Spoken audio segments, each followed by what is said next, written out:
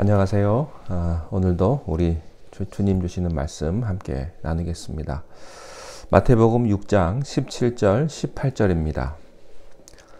너는 금식할 때에 머리에 기름을 바르고 얼굴을 씻으라. 이는 금식하는 자로 사람에게 보이지 않고 오직 은밀한 중에 계신 내 아버지께 보이게 하려 함이라.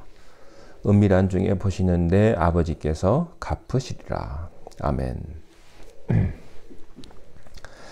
네, 어제에 이어서 계속해서 금식에 관한 주님의 말씀을 함께 나누겠습니다.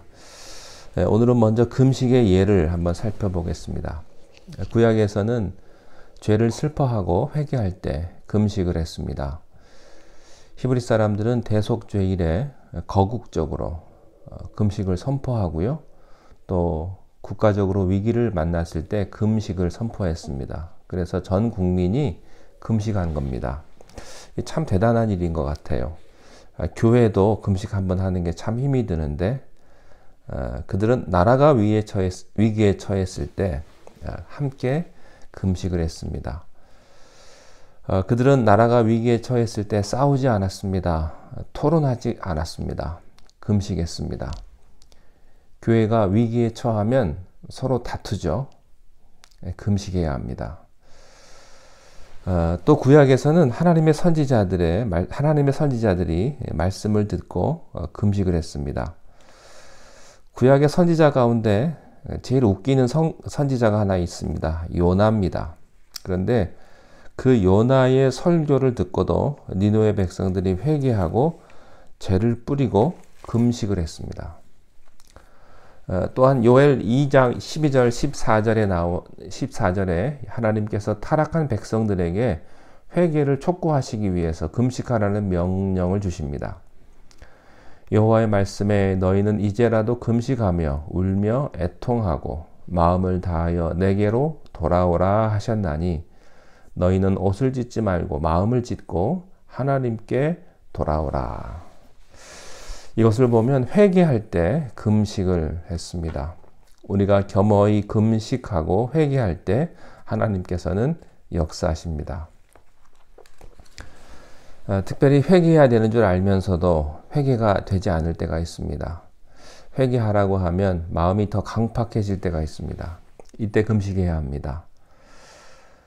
고쳐야 되는 줄 알면서도 못 고쳐집니다. 나쁜 짓을 하고 있는데 안 됩니다. 누가 얘기하면 마음이 더 강팍해집니다. 이때 금식하셔야 합니다. 이론으로 되지 않습니다. 의지로 되지 않습니다. 마음으로 되지 않아요. 또한 자기뿐 아니라 다른 사람이 문제가 생겼을 때 그 사람의 죄를 자기의 죄로 알고 대신 회개하고 금식해야 합니다. 아내가 죄를 지었을 때, 남편이 죄를 지었을 때, 또 자식이 죄를 지었을 때 금식해야 합니다. 기도해야 합니다. 두 번째입니다. 언제 금식했습니까? 하나님께 긍휼과 자비를 요구할 때 금식을 했습니다. 내가 어떤 절실한 문제가 있었을 때 금식을 했습니다. 왜냐하면 금식이란 자기가 음식을 굶으면서 얼마나 그것을 잘 견디느냐 이런 게 아니죠. 어떤 사람은 금식하면서 하나님한테 공갈하는 사람이 있습니다. 밥을 안 먹으면서 자기 부모나 배우자에게 협박하는 사람이 있죠. 그러나 그것이 아닙니다. 참된 금식은 하나님 앞에서의 겸손한 태도입니다. 이 문제가 너무 심각하기 때문에 내가 밥을 먹을 수가 없다는 태도입니다. 진정한 금식은 하나님 앞에서의 겸손입니다. 진정한 금식은요, 자기 자신의 영적인 만족을 위해서도 아닙니다. 다른 사람을 위협하고 압력을 주기 위한 것도 아니에요. 자기 자신이 하나님 앞에 겸손히 나아가기 위해 하는 것입니다. 재미있는 것은 특별한 일을 위해서 금식을 할 때 하나님께서 참 빨리 역사하시는 것을 볼 수가 있습니다. 세상에서 제일 뜻대로 안 되는 게 자식 문제인데요. 자식에게 문제가 생겼을 때 금식하십시오. 부부관계에 위기가 왔을 때 이제는 이혼할 수밖에 없다. 이제는 끝이다. 그렇게 생각되실 때 금식하십시오. 또 불치의 병에 걸렸을 때 하나님께 자비와 긍휼을 기다리며 금식하며 기도하십시오. 금식하며 기도할 때 하나님은 환경을 바꾸어 주시고 우리의 마음도 바꿔 주시고 놀라운 사실은 날씨까지도 바꿔 주신다고 하는 사실입니다. 세 번째, 금식은 우리 자신을 위해서 하는 것입니다. 우리 자신을 연단시키는 방법입니다. 동시에 다른 사람의 배고픔과 연약함과 억울함을 알게 해줍니다. 적절한 금식은 우리의 육체와 영혼에 유익이 있습니다. 그러나 과도한 금식은 해롭습니다. 의무적인 금식도 좋지 않습니다. 남들 하니까 나도 한다. 그건 좋지 않습니다. 어떤 특별한 목적을 가지고 하시는 게 좋습니다. 시편 35편 13절에 보면 재미있는 말씀이 있어요. 나는 저희가 병들었을 때에 굵은 베옷을 입으며 금식하여 내 영혼을 괴롭게 하였더니 내 기도가 내 품으로 돌아왔도다. 응답됐다는 말입니다. 내 영혼을 괴롭게 했다고. 특별히 금식은요, 내 육체, 내 위장을 괴롭게 하는 것인데, 그러나 이렇게 함으로써 많은 역사들이 일어납니다. 건강과 축복을 받게 됩니다. 우리가요, 신앙생활을 할 때 너무 편안하면 신앙생활 잘 못합니다. 뭔가 좀 불편해야 더욱 영적인 상태가 됩니다. 금식하면 굉장히 유익한 것 또 한 가지가 있습니다. 탐욕에서 벗어납니다. 사람을 사로잡고 있는 가장 본능적인 죄는 욕심이거든요. 이 탐욕, 남보다 더 잘 살고, 남보다 더 성공하고, 남보다 더 인기 있고, 다른 사람보다 더 칭찬받고, 뭐든지 잘하고 싶은, 더 소유하고 싶고, 그런 그 소유욕과 탐욕에서부터 자유해야 합니다. 보면요, 욕심 없다는 사람이 제일 욕심이 많더라고요. 인간은 욕심 덩어리이기 때문입니다. 어쩔 수 없습니다. 성령의 9가지 열매 가운데 절제가 있습니다. 신앙은 절제할 수 있어야 합니다. 삶도 절제할 수 있어야 합니다. 금식을 해보시기를 권면해 드립니다. 그러나 아무도 몰래 조용히 지혜롭게 자신의 유익을 위해서 금식해 보십시오. 우선 몸이 좋아질 겁니다. 습관의 노예에서 해방될 것이고요. 금식할 때 감사한 마음이 들 겁니다. 그 금식 끝나고 밥 한 그릇이 얼마나 소중하고 고마운지 깨닫게 될 것입니다. 자, 그러면 금식의 잘못된 이해는 무엇입니까? 이사야 58장 3절에 보니까 그들이 금식을 했는데 하나님이 응답을 하지 않아요. 그때 이스라엘 백성들이 하나님 앞에 항의를 합니다. 그래서 하나님이요, 응답하지 않은 이유를 말씀하세요. 첫 번째, 그들은 금식을 하면서 오락을 찾아 얻었다고 말했습니다. 밥은 굶었는데 다른 오락을 즐겼다는 거예요. 두 번째, 금식을 하면서 밑에서 일하는 사람들에게 강제 노동을 시켰습니다. 학대한 거예요. 세 번째, 금식하면서 서로 싸웠다는 겁니다. 서로 다투고 주먹질하고. 이런 금식은 아무 의미가 없습니다. 그저 배만 고플 뿐이에요. 빨리 가셔서 햄버거 하나 사 드시는 게 낫습니다. 자, 그러면 하나님이 기뻐하시는 금식은 어떤 금식이냐?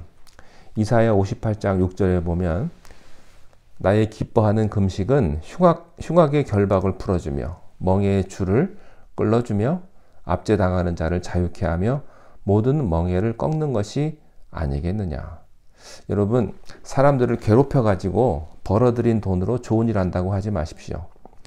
나쁜 방법으로 돈 벌어서 좋은 일을 하는 거 하나님 기뻐하지 않습니다. 자, 두 번째, 줄인 자에게 내 식물을 나눠주며 유리하는 빈민을 내 집에 들이며 벗은 자를 보면 입히며. 다시 말해서 금식하면서 제일 좋은 것은요, 가난한 사람 찾아가면서 봉사하는 거고요, 외로운 사람 찾아가서 얘기 들어주고 함께 식사하고, 그게 진정한 금식입니다. 여러분, 특별히 미국에서 이민 생활 하시는 분들은 참 외로워요. 연세가 드시고 또 그러면 제일 힘든 게 외로움인 것 같아요. 그 외로운 사람 찾아가서 얘기 들어주는 것, 이 보통 일이 아닙니다. 얘기도 들어주고 함께 밥도 먹고, 그게 진정한 금식이라는 것입니다. 그 다음에 재미있는 말씀이 있습니다.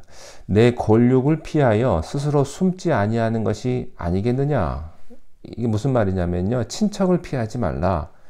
귀찮은 친척을 잘 돌보는 것, 이것이 금식의 참된 의미다 하는 겁니다. 오늘 말씀에서 예수님 두 가지 말씀을 하세요. 이렇게 하지 말고 이렇게 하라. 첫 번째는요, 슬픈 기색을 띠지 말라. 유대인은 두 번 금식했습니다. 월요일과 목요일에. 왜 월요일과 목요일인 줄 아십니까? 그날은 장날이었거든요. 그래서 많은 사람들이 거리에 나옵니다. 왜 이날 금식했는지 대충 이해되시죠? 이용한 겁니다. 그들은 일부러 머리를 풀어 헤쳤습니다. 그리고 해진 옷을 입고요. 그 옷을 땅에 끌면서 오 하나님, 오 하나님 그러고 돌아다녔습니다. 그리고 얼굴은 창백하게 보이지 않으면요, 화장을 했습니다. 창백한 화장. 참 대단하죠? 그 당시에 이런 사람이 많이 있었기 때문에 예수님께서 이런 말씀을 하신 거예요. 자, 그리고 또 재밌는 말씀이 있어요. 그러면 금식할 때 어떻게 하라고 말씀하시냐면, 머리를 빗어라. 곱게 얼굴을 깨끗이 하고 머리를 빗어라. 이 말씀의 뜻은요, 자연스러워라. 티내지 말아라. 모르게 해라. 쇼하지 마라. 그런 뜻 아니겠습니까? 사실 그렇습니다. 자기를 숨기면 하나님이 나타납니다. 자기 행위를 감추면 하나님의 의와 하나님의 거룩이 나타나요. 자기가 죽을 때 하나님이 살아납니다. 예수님께서는요, 누구든지 나를 따라오려거든 자기를 부인하고 날마다 자기 십자가를 지고 나를 쫓으라고 말씀하셨습니다. 오늘 본문 마지막에 주님이 이렇게 말씀하셨어요. 은밀한 중에 보시는 아버지께서 갚아주신다. 기도에 응답해 주시겠다. 축복해 주시겠다고 말씀을 하십니다. 금식이란 단순히 먹고 마시는 것을 절제하는 것만을 의미하지 않습니다. 우리 삶 전체의 성결과 거룩과 절제를 요구하는 것입니다. 중독 걸린 건 다 끊어야 합니다. 그것이 어떤 것이든 중독 현상은 좋지 않습니다. 알코올에 중독 걸리셨습니까? 그게 문제입니다. 담배나 또 도박에 중독되셨습니까? 그게 문제예요. 여러분들이 그리스도인이라고 한다면 그것이 주님 뜻이라면 안 할 각오가 있어야 합니다.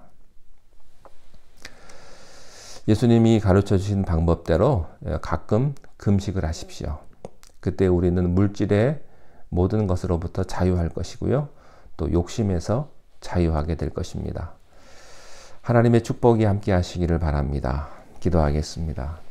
하나님 아버지, 우리가 주님을 믿는 하나님의 자녀로서 우리의 삶 가운데 참된 성결과 거룩과 또 절제하는 모습이 우리 가운데 있게 하여 주시옵소서.